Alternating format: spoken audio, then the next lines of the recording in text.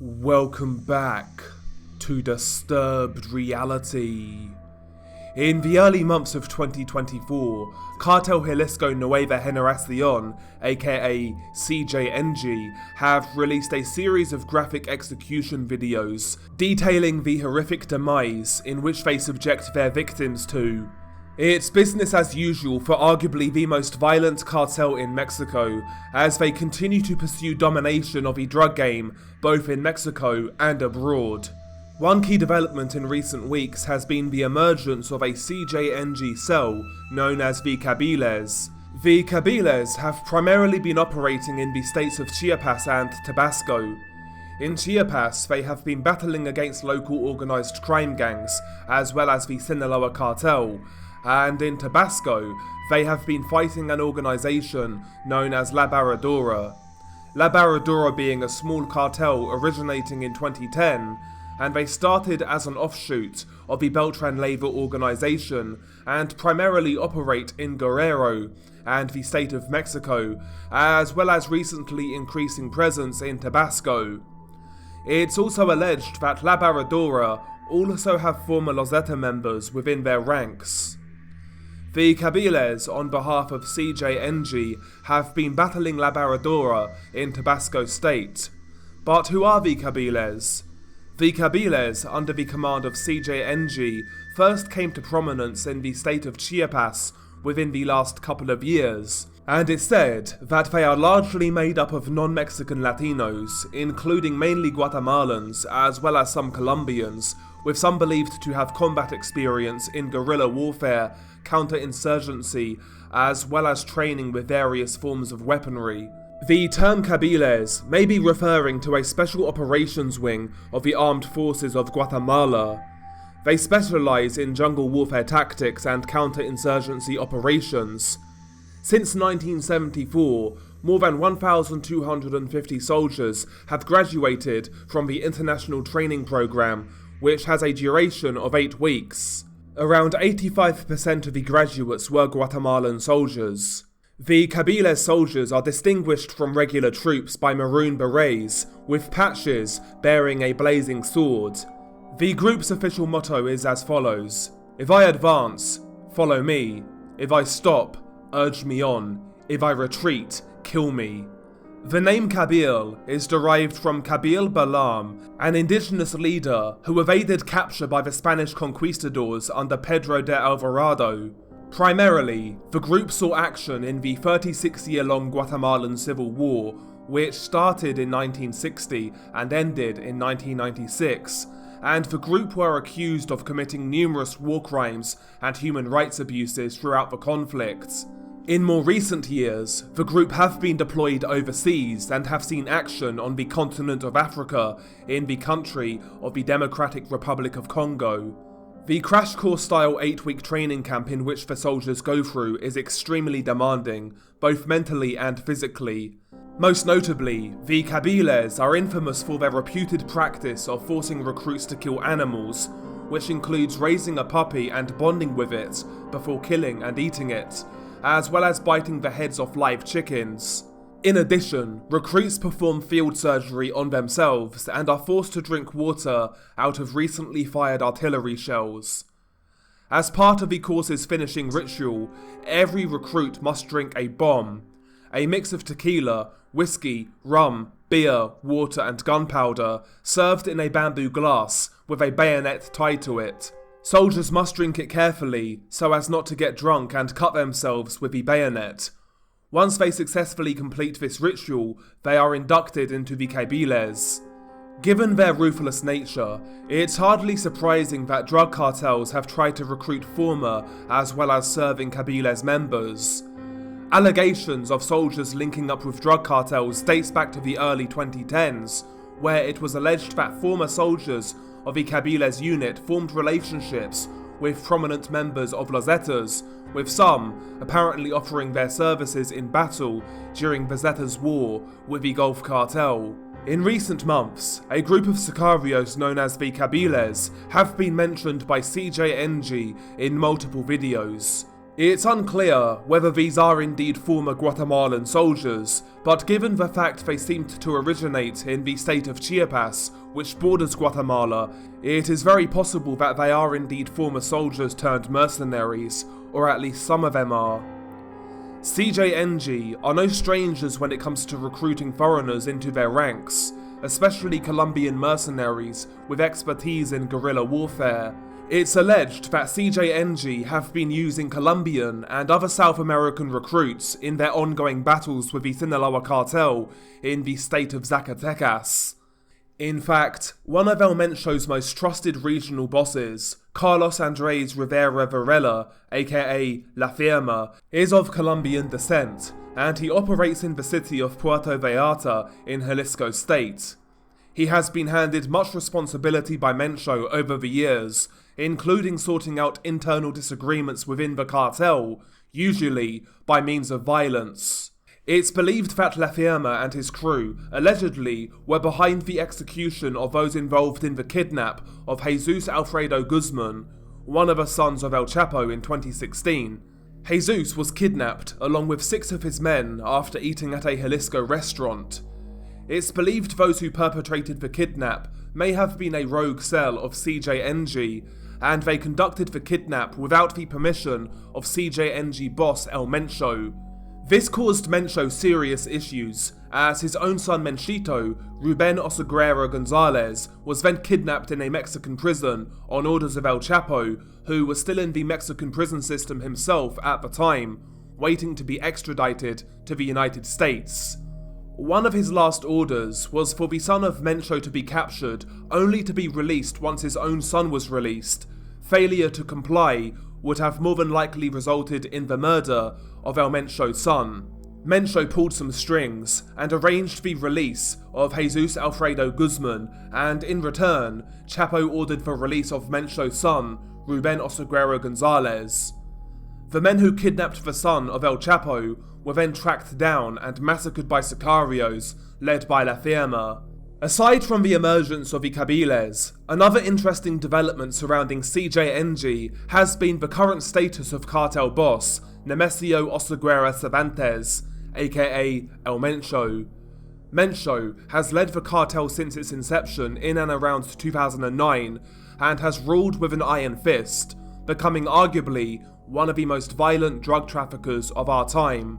In recent years, much speculation has surrounded El Mencho in regards to his health, with some reports stating he requires private medical care for dialysis due to kidney disease. Other reports and rumours have also speculated that the feared CJNG leader may actually be dead, but many suspect this to be fake news created by CJNG to muddy the waters. In February of 2024, we may have had confirmation that Mencho is indeed still alive.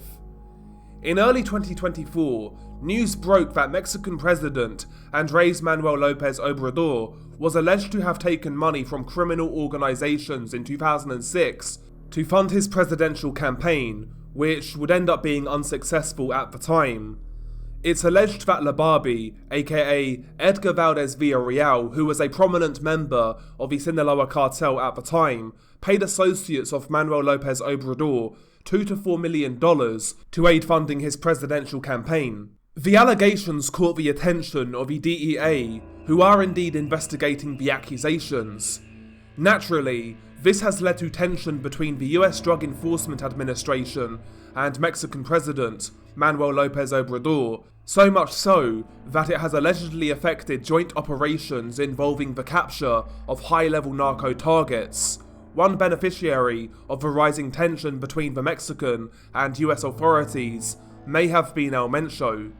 According to journalist Oscar Valderas, tension between US and Mexican authorities has hindered operations aimed at capturing one of the most wanted criminals, El Mencho. Officials from the Secretariat of Security and Citizen Protection and the Secretariat of National Defense indicated to journalist Valderas that there were robust plans for the capture of El Mencho in 2024, based on intelligence provided by the US, as well as by the Australian Police Force and the Panamanian National Police. However, these strategies were compromised by the subsequent breakdown of relations and cooperation with the DEA. The question of El Mencho's current status is constantly speculated, with some suggesting he may be long dead. However, if we are to believe Oscar Valderas, it seems Mencho is indeed still alive and running the show. Unfortunately, the current situation between Mexican and US authorities may allow Mencho to relocate and re-strategize methods to continue to evade capture, all while still running the most ruthless trafficking network around. As mentioned in the opening of the video, CJNG have begun 2024 as we have all come to expect, with violence and murder, and also subsequently releasing gruesome execution videos.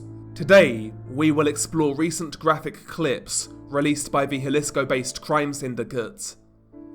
But nevertheless, what happens in the actual videos? The first video is a clip that stems from the ongoing violence in the state of Tabasco. Violence has risen in the state in recent months as CJNG and Laboradora have engaged in a war that has already produced many graphic scenes. In early February of 2024, CJNG hitmen targeted Jose Luis Olan, aka El Gopez, a prominent leader of Laboradora, in a daylight shooting. Despite being hit 3 times, including once in the chest, Olan survived the shooting.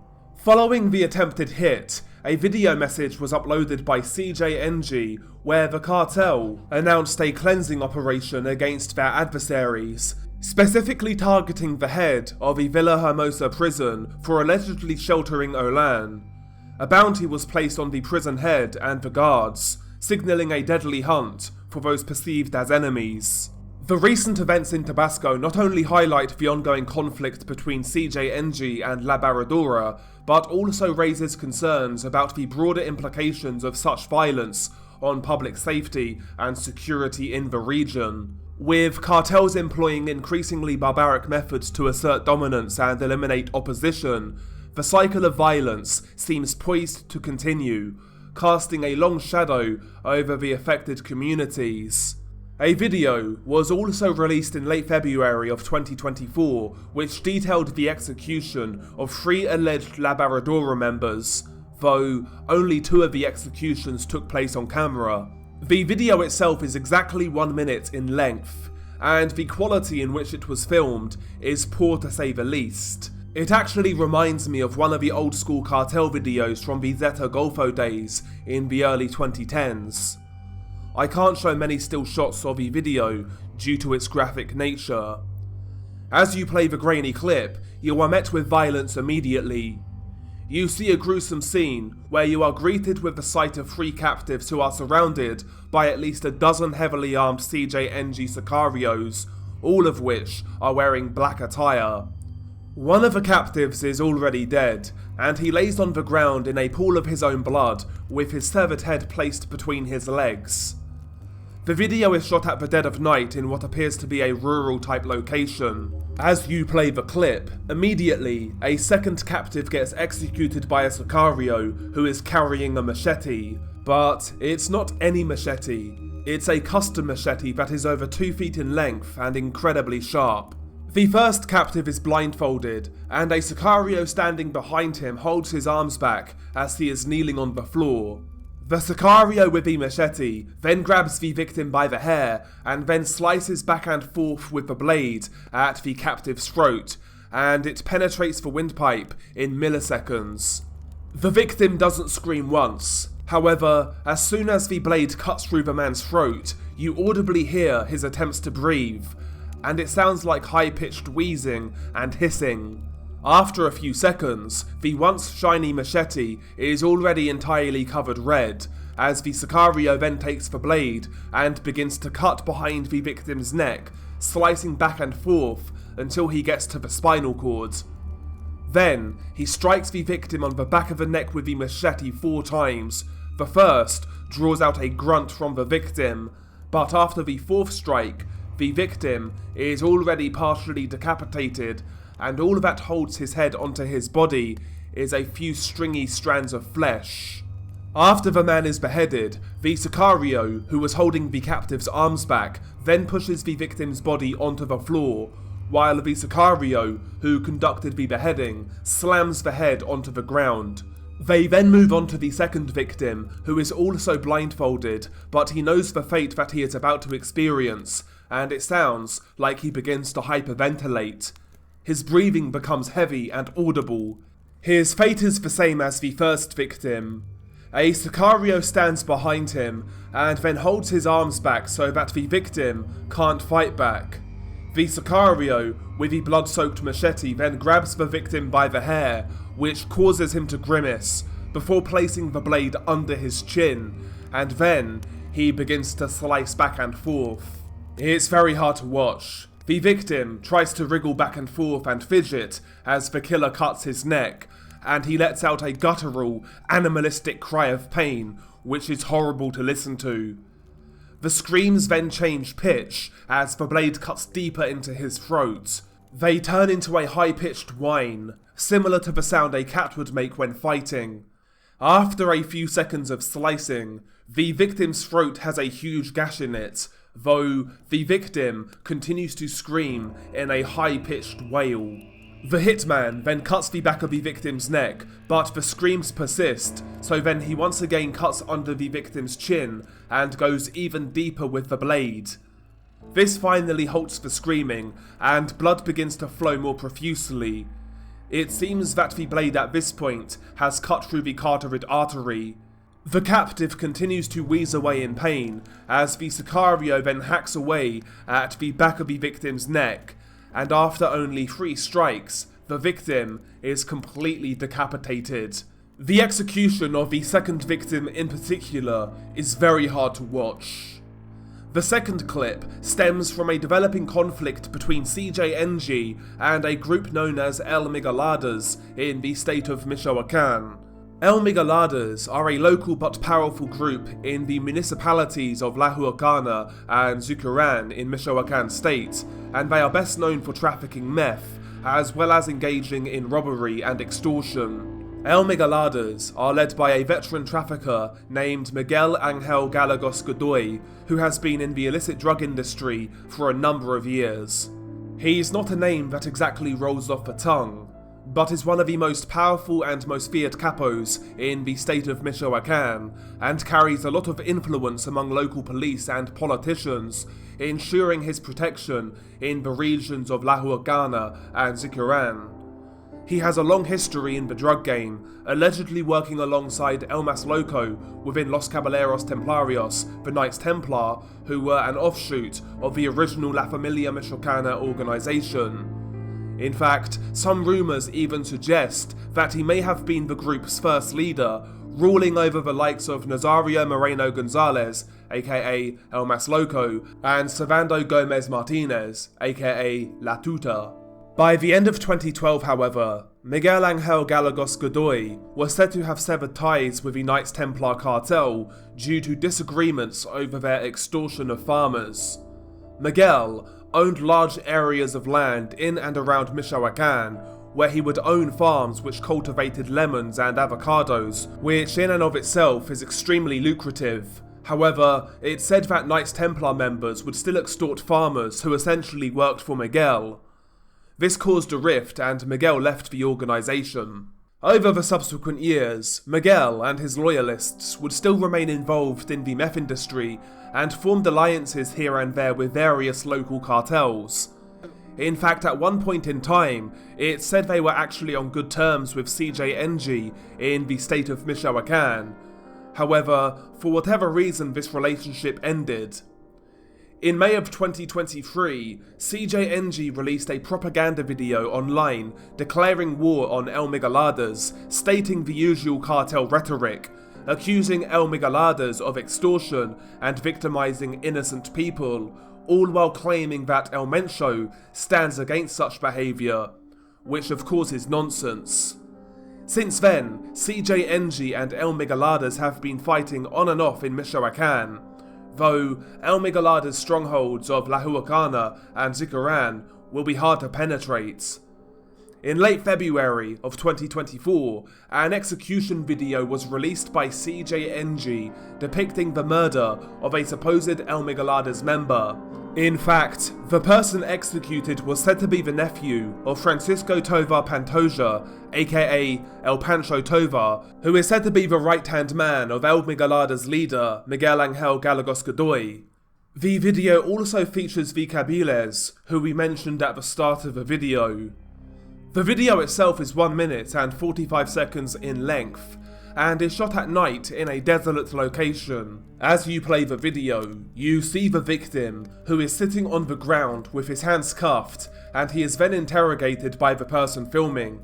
You also hear radio chatter in the background from walkie-talkies that Sicarios use to communicate. The Sicario asks, "Who sent you out here?" The captive replies, "Pancho Tovar. He sent me out to see if we could establish a stronghold here. The truth is, I don't want to be involved in this. He forced me to be here. I honestly don't want any problems. These are individuals who just aren't worth working for. We're better off just..." The Sicario then interrupts, "Where exactly do you have your posts?" The captive replies, "There's a bastion there in the town of Cuatro Caminos. And if you give me a chance, I'll go over there and kill him myself, because I know exactly where he's located. These individuals don't have any right being here, sir. They're constantly extorting everyone, especially farm workers, and they won't allow us to work in peace either." The Sicario asks, "What relation do you have with Pancho Tovar?" The captive replies, "I'm his nephew." The Sicario, who sounds surprised, asks, "You're what?" The captive replies, "His nephew." At this point, the Sicario then point-blank shoots the victim in the head with a machine pistol, which draws a brief scream from the captive. He then shoots him several more times. The Sicario then states, "Cabiles, go ahead and do what you do best. This will be the fate of all of the Miguelades gunmen, you sons of bitches. For every person who wants to act like a dumbass by giving out information and supporting Miguelades, this will be your fate." Two Cabiles Sicarios then proceed to hack away at the body with machetes. One, who is wearing a Pennywise-style clown mask, hacks away and decapitates the victim before holding the head up to the camera. You see the bullet exit wound on the side of the victim's head, and the Sicario then growls at the camera as he is holding the head up. It's terrifying to watch and listen to. The killer has to be strung out on drugs as he growls more as his fellow Sicario attempts to cut the victim's body in half. The video ends there. So as we see, once again Cartel Jalisco Nueva Generacion are still putting out horrific videos, and it shows no signs of slowing down, especially considering when they escalate confrontation with rival groups all the time. It feels like every month there's a new confrontation involving CJNG. In regards to both videos covered, the first is far more violent, but the second video is just very creepy, especially with the Sicario who growls at the camera like an absolute psycho. Convinced he was strung out on drugs, but who knows, maybe he's just that far gone. That's the reality. But anyway, that is the video. I hope you enjoyed it, if you can enjoy this sort of content. Once again guys, thank you for the support, it's much appreciated. If you're new here, hit the subscribe button, that would be great. Follow me on Twitter, the link will be in the pinned comment. If you could follow me on Twitch also, that would be lovely. And of course we also have a Patreon, but that is completely down to you guys. But anyway, as always, stay safe, and I'll catch you on the next one.